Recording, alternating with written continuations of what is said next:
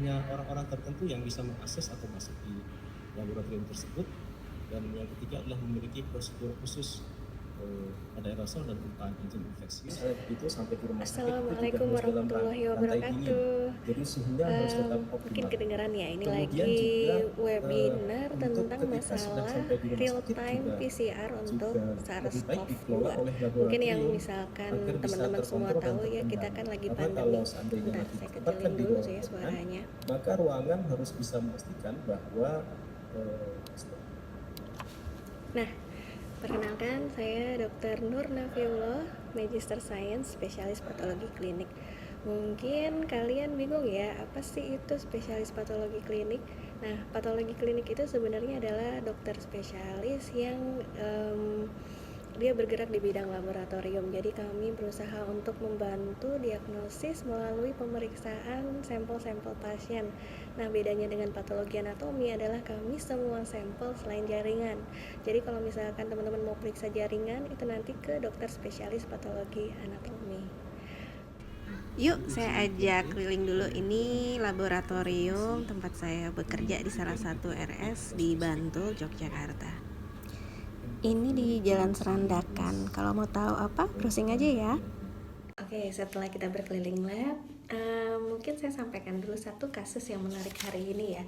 Jadi tadi ada pasien dengan HB 6,1, itu berarti dia dalam kondisi anemia. Kemudian oleh dokter spesialis penyakit dalam dilakukan permintaan laboratorium berupa morfologi dari darah tepi atau kita ngeliat selnya itu di bawah mikroskop, dan ini memang salah satu kompetensi dari spesialis patologi klinik. Nah, nanti mungkin gambarannya mungkin bisa teman-teman lihat ya. Nanti di sana itu ada khas yang ke arah defisiensi besi, tapi setelah diskusi dengan dokternya sih kita masih belum final ya. Cuman kalau untuk hasil kimianya memang kemudian serum iron atau besinya itu turun, tapi total iron binding capacity atau TIBC-nya ternyata dia masih normal. Jadi kalau kita lihat sel darah merah kita, kalau dibuat preparat dan dilihat di bawah mikroskop, bentuknya seperti ini. Oke, kita lihat beberapa gambaran ya. Yang diberi tanda panah itu namanya sel target. Kenapa sel target? Karena lihat bentuknya dia kayak target, jadi kalau tinggal dipanah aja gitu ya. Nah, ini eritrosit. Nah, kemudian ini sel pensil. Kenapa sel pensil? Lihat deh, bentuknya langsing banget seperti pensil.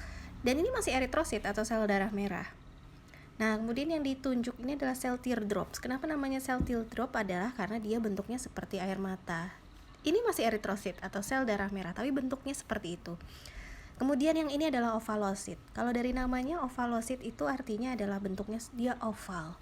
Jadi dia nggak bulat, dia oval. Nah, kita lanjut ke leukosit atau sel darah putih. Yang paling atas ini adalah limfosit, yang bawah ini adalah neutrophil segmen. Nah, kalau kita dilihat di sini ya, di gambaran morfologi darah tepinya, sebenarnya sel eritrositnya itu kebanyakan ukurannya itu kecil dan juga warnanya itu pucat sekali atau kita sebut dengan mikrositik hipokromik. Penyakit yang biasanya gambaran erinya adalah mikrositik hipokromik, anemia defisiensi besi, dan juga thalassemia.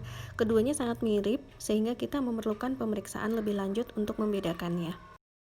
Oke, ini adalah salah satu sumber referensi saya, yaitu Medscape. Di sini dijelaskan bahwa iron deficiency anemia terjadi ketika simpanan besinya turun atau asupannya juga turun. Dan kemudian biasanya tanda dan gejalanya pasiennya itu lemes, kemudian tidak semangat, kadang-kadang tidak jelas ya kondisi badannya, kemudian biasanya juga diperlukan pemeriksaan darah tepi, darah lengkap, kemudian bisa juga feses. Kemudian kalau di sini tandanya eritrositnya adalah mikrositik hipokromik, serum besinya turun, TIBC-nya naik. Tapi pasien ini ternyata TIBC-nya normal. Jadi kita juga harus lebih lanjut lagi ya penegakan diagnosis pasien ini.